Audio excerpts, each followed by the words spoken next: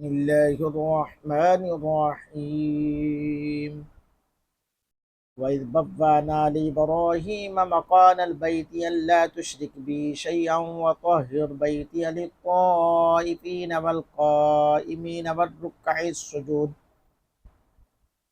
وأذن في الناس بالحج يأتوك رجالا وعلى كل ضامر يأتين من كل فج عميق ليشهدوا منافع لهم ويذكر اسم الله في أيام معلومات على ما رزقهم من بهيمة الأنعام فكلوا منها وأطعموا البائس الفقير ثم ليقضوا تفثهم وليوفوا نذورهم وليطوفوا بالبيت العتيق ذلك ومن يعظم حرمات الله فهو خير له عند ربه وحلت لكم الأنعام إلا ما يتلى عليكم فاجتنبوا الرجس من الأوثان واجتنبوا قول الزور حنفاء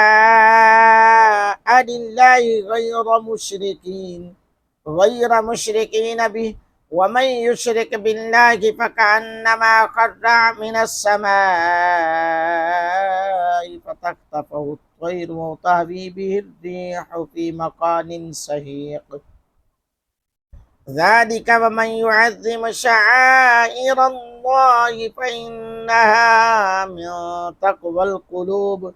لكم فيها منافع إلى أجل مسمى ثم محلها إلى البيت العتيق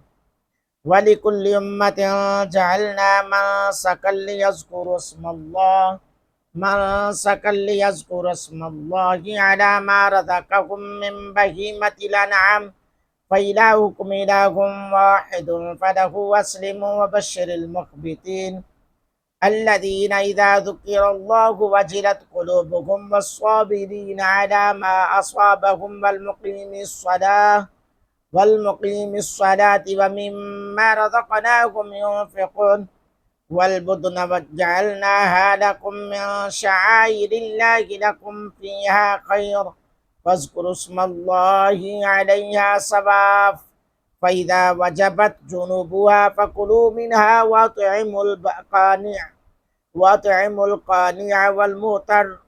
كذلك سخرناها لعلكم تشكرون لن ينال الله لحومها ولا دماؤها ولكن يناله التقوى منكم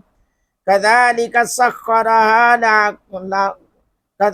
سخرها لكم لتكبروا الله على ما هداكم وبشر المحسنين إن الله يدافع عن الذين آمنوا إن الله لا يحب كل خوان كفور أذن للذين يقاتلون بأنهم ظلموا وإن الله على نصرهم لقدير الذين أخرجوا من ديارهم بغير حق إلا أن يقولوا ربنا الله ولولا دفع الله الناس بعدهم ببعد لهدمت صوامع وبيع وصلوات ومساجد يذكر فيها اسم الله كثيرا